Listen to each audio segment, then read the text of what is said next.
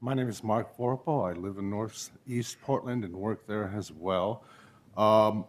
It's good to hear that you, through your partnership with Multnomah County, that you've managed to save some funds for a few of the programs. Although what we are going to go through next year, well, I'm afraid if history proves to be the judge, it will be more of the same. And the problem is that, nevertheless, we are presented with a cuts-only budget that's going to cost us jobs, it's going to cost us lives, and it's also going to put the question mark over the future of this city.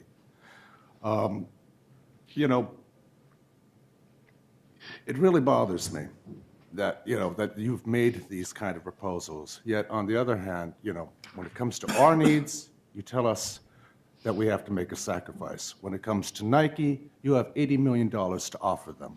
That doesn't seem right. There's no way.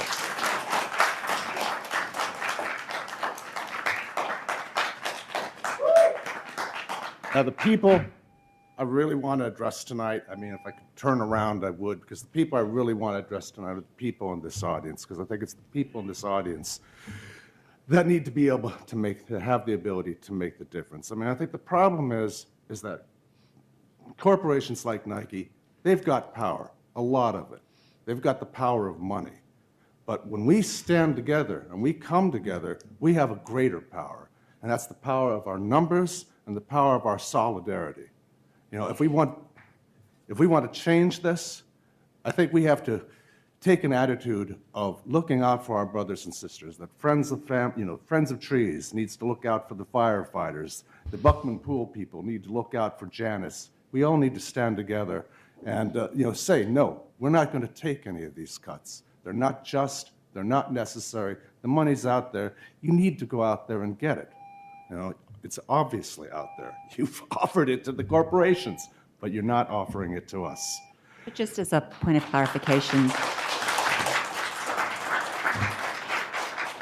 I know it's hard to believe, but not everything you read in the newspaper is accurate. So the $80 million, we didn't offer $80 million to Nike. And it was certainly something in excess of the amount of money that you're cutting us. You also need to understand that, one, obviously that deal didn't happen. But if it had happened... So you have the money now. No, that's my point. You didn't have anything No, the for that? money would have come from taxes that project would have paid. Without the project, the money's not there. no money. It's not coming out of the general fund. It's taxes that project would pay. That's how we do that stuff. I'm not saying that we do everything right here, but you need to understand that money is not sitting in an account. It would have been paid by Nike over 20 years. We would have borrowed it up front to build parks and streets. That was the deal. It didn't happen. But the money's not here until the development happens.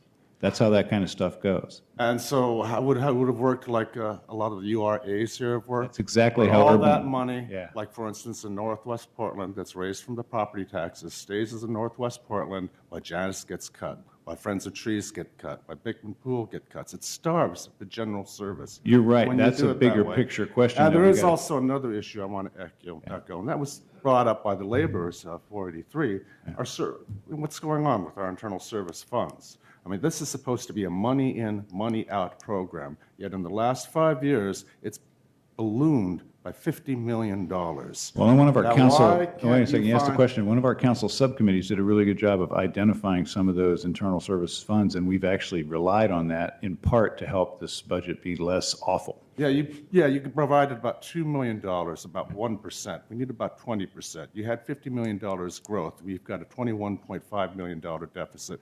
Why can't you use some of that money to help save some people's lives and help save some jobs? But to the audience here, it's not just simply a question of asking for filling the deficit.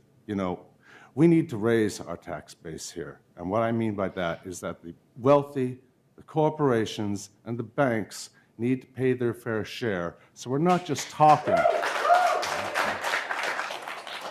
So we're not just talking about filling a deficit from already underfunded programs, but we're also talking about providing jobs, building our infrastructure, and making Portland, enabling the community in Portland to empower themselves. That's what we need to do. And the money's there, the process is there.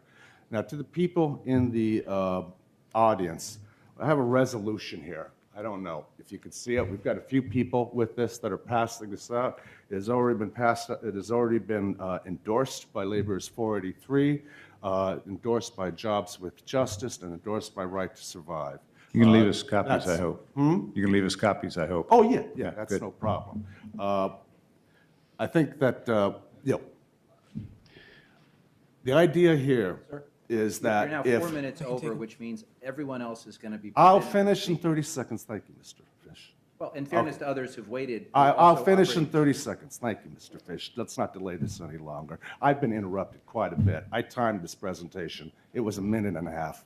Okay? Well, go ahead. Okay. Anyway, basically, the idea behind this resolution is we want to send this to you, and we want to flood you with this from different, take it to your unions, take it to your churches, take it to your neighborhood associations. Let them know that this represents the interests of the majority of people in Portland, because if we do that, then we can push. And then we've got something, and then, we can find better solutions if we all stand together. And that's it. All right, thank you. Thank you very much.